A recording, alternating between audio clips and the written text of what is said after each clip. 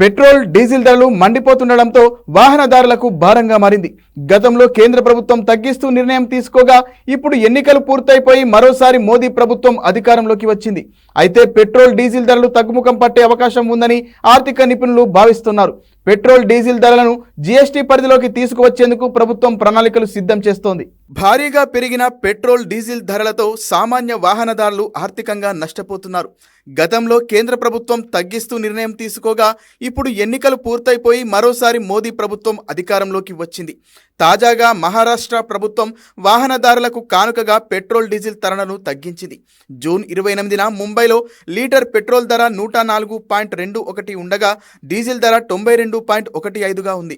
ముంబై ప్రాంతంలో డీజిల్పై పన్నును 24% నుంచి 21%కి తగ్గిస్తున్నట్లు మహారాష్ట్ర ప్రభుత్వం ప్రకటించింది.